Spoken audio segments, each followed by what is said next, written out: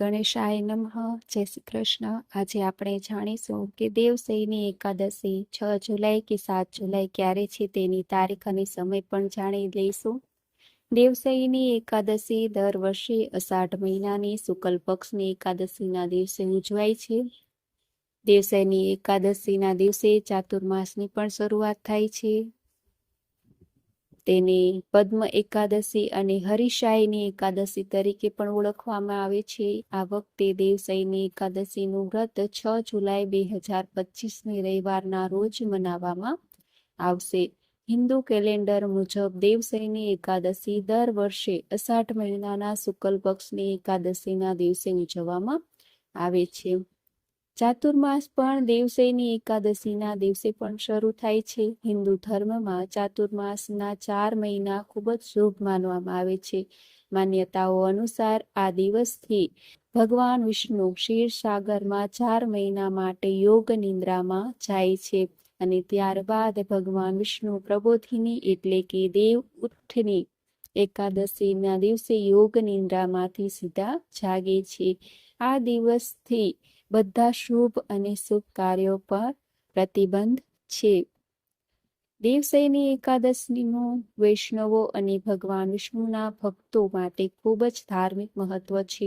તે પ્રખ્યાત જગન્નાથ રથયાત્રા પછી તરત જ ઉજવવામાં આવે છે અને ચાતુર્માસની શરૂઆત પણ થાય છે. ચાતુર્માસની આધ્યાત્મિક ચિંતન, ભક્તિ અને ધ્યાનનો સમય માનવામાં આવે છે. આ દિવસે બધા ભક્તો એકાદશી વ્રત રાખે છે, ભગવાન વિષ્ણુની પૂજા કરે છે અને વિષ્ણુ સહસ્ત્ર નામનો જાપ કરે છે. આ દિવસ ભગવાન વિષ્ણુના યોગ નિંદ્રા દરમિયાન તેમના રક્ષણ હેઠળ પોતાના મન અને આત્માને સમર્પિત કરવાનું પ્રતીક છે. દેવસઈની એકાદશીની તિથિ 5 જુલાઈના રોજ સાંજે 6:58 શરૂ થાય છે, જે 6 જુલાઈના રોજ રાત્રે 9:14 સમાપ્ત થશે. દેવસઈની એકાદશીનું વ્રત 7 જુલાઈના રોજ સવારે 5:29 થી 8:16 સુધીનું રાખવામાં આવશે. આ દિવસે અને રાત્રે ભગવાન વિષ્ણુની વિશેષ વિધિઓ સાથે પૂજા કરો અને તેની પીળી વસ્તુઓ, ખાસ કરીને પીળા કપડાં અર્પણ કરો. પછી મંત્રનો જાપ કરો અને આરતી કરો. સામૂહિક પાપો અને સમસ્યાઓનો નાશ થાય છે, ઉપરાંત વ્યક્તિનું મન શુદ્ધ થાય છે. આ સમયે દરમિયાન સૂર્ય, ચંદ્ર અને પ્રકૃતિની ઉર્જા ઓછી થાય છે, જેને દેવશયન કહેવામાં આવે છે. આ સમય દરમિયાન તેજ તત્વ અથવા શુભ શક્તિઓનો પ્રભાવ નબળો પડવાથી કાર્યમાં અવરોધો આવી શકે છે અને પરિણામો શુભ મળતા નથી. દ્વાદશીના દિવસે સવારે ઉઠીને સ્નાન કરો અને પીળા વસ્ત્રો પહેરો. સૂર્યદેવને જળ અર્પણ કરો. ત્યારબાદ મંદિર સાફ કરો. ભગવાન વિષ્ણુ અને દેવી લક્ષ્મીની પૂજા કરો, આરતી કરો અને મંત્રોચ્ચાર કરો. ત્યારબાદ ભગવાન વિષ્ણુને સાત્વિક વસ્તુઓ અર્પણ કરો.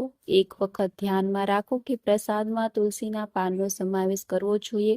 એવું માનવામાં આવે છે કે જો પ્રસાદમાં તુલસીના પાનનો સમાવેશ ન કરવામાં આવે તો શ્રી હરિ પ્રસાદ સ્વીકારતા નથી.